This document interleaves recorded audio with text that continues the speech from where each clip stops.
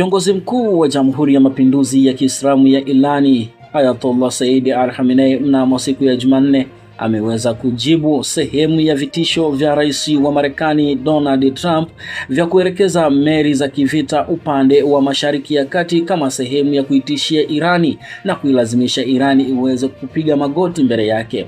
Ayatollah Said Ali Khamenei ameweza kusema kwamba silaha ambazo zinaweza zikaangamiza meli za USS Abraham Lincoln na USS Gerald R. Ford ni hatari zaidi kuliko meli zenyewe ambazo Marekani imekuwa ikijisifia kwazo. Kwa kumnukuu zaidi, Ayatollah Said Ali Khamenei ameweza kusema kwamba mara kadhaa Rais Donald Trump amekuwa akijisifia na kusema kwamba jeshi la Marekani ndilo jeshi lenye nguvu zaidi duniani.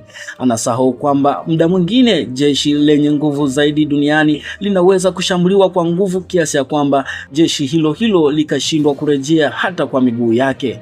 Ayatollah Said Ali Khamenei amesema hayo wakati akihutubia mnamo siku ya Jumanne katika mkoa wa Azerbaijan Mashariki. Ayatollah Ali Khamenei ameongezea kwa kusema kwamba Marekani pamoja na mshirika wake Israeli wanaendelea kusema kwamba tumetuma chombo kikubwa na hatari zaidi cha kubebea ndege kuelekea Irani. Sawa, chombo kikubwa cha kubebea ndege kuelekea Irani ni hatari zaidi, lakini hatari kuliko ni kile chombo na silaha ambayo inaweza kuiangamiza na kuipeleka chini kwenye sakafu ya bahari meli hiyo ya kubebea ndege, aliweza kueleza Ayatollah Ali Khamenei mbele ya maelfu ya waumini waliokuwa wakimsikiliza.